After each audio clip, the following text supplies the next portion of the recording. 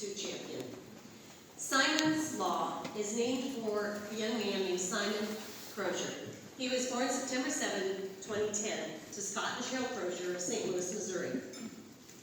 After multiple miscarriages, they were ecstatic to have a live baby, even though he had bilateral cleft palate and congenital heart defects, both of which were correctable with surgery. However, he also had a chromosomal abnormality called Trisomy 18. And because of that, he faced medical discrimination. A trisomy is simply the presence of a third copy of any of the 23 different chromosomes that make up our DNA. This can happen anytime during the formation of either the egg or the sperm when a chromosome splits and essentially creates an identical looking but uniquely individual twin chromosome. Now, the most common trisomy is trisomy 21, which is Down syndrome. Now, trisomy 18 itself is not fatal, although it does come with severe neurological and developmental delays. But because statistics show that less than 3% of those diagnosed with trisomy 18 make it to their first birthday, the expert consensus is to recommend comfort care and let the babies die of natural causes. And so, unbeknownst to the Croziers, that is exactly what happened to Simon. Despite the fact that they wanted this child and they wanted him to live, it wasn't until after they watched in horror as he stopped breathing in NICU and nobody did anything, that they found out the doctors had not only issued a do not resuscitate order, but they had also given him medication that suppressed his respiratory system and had been systematically withholding nutrition. So the Croziers have gone on a mission to see that this doesn't happen to anybody else's kids. And they are behind Simon's Law. They also have a foundation called Simon's Kids, which you can find out more about at simonslaw.org, where they support parents in this situation and even offer financial assistance to help their kids get life-sustaining care. Now, although there's no record of any doctors doing that here in Idaho, you would be surprised to know that it wasn't illegal. And so Blaine Gonzatti, an Idaho Family Policy Center, proactively sought to close that loophole with Simon's Law. So I had the privilege, along with my then 15-month-old daughter, who also has trisomy 18, to testify at all the committee hearings and to haunt the gallery during floor sessions until the bill passed.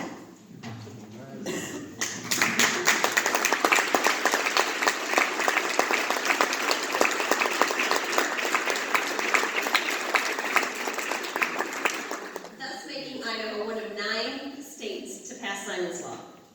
Idaho's version of Simon's Law, doctors are required to notify parents when they think that continuing life-sustaining treatment is futile.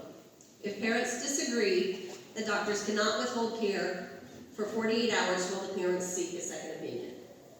If they are able to find somewhere else for that child to go, life-sustaining treatment must continue for up to an additional 15 days while transfer is facilitated.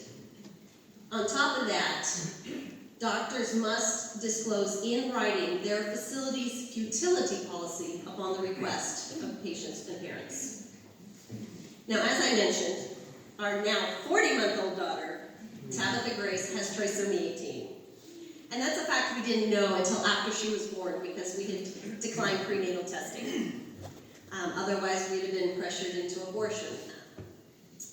But because we were what they call geriatric parents, we were already mentally prepared for some kind of disability or medical necessity, but nothing, absolutely nothing, could have prepared us for being told that our child would surely die of SIDS any day, and there was nothing we could do about it. So, true to the self-fulfilling nature of statistics, we were encouraged to settle for comfort care and not pursue heart surgery, even though she just had textbook heart defects. However, thank God, there's an online support organization for children with trisomies called SOFT, and their website is trisomy.org.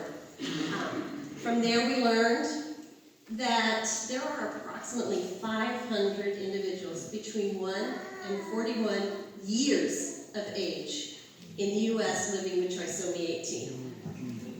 And we were blessed to be introduced to a surgeon in Nebraska who is significantly improving the life expectancy of babies with trisomy 18 by simply performing early heart repairs. Now, obviously, Simon's Law hits very close to home for us, especially as the current crisis standard of care threatens to put children like her at the back of the care line. But there's another reason why legislation like this is so significant, and it's because it tackles two very important issues, and that's parental rights and eugenics. We live in a day and age where supposed experts not only think they know better than the loving parents, but that they also know better than the almighty creator God. Eugenics tries to convince us that differently abled individuals are incompatible with life, when the fact is that those of us who are blessed to care for these individuals typically develop extraordinary patience, compassion, and tolerance. Not to mention the fact that, like with Tabitha and other differently abled individuals, is a constant reminder that life's 100% fatal, folks. None of us knows what's going to happen to us tomorrow. So we need to stop settling for comfort care and security and start living courageously today.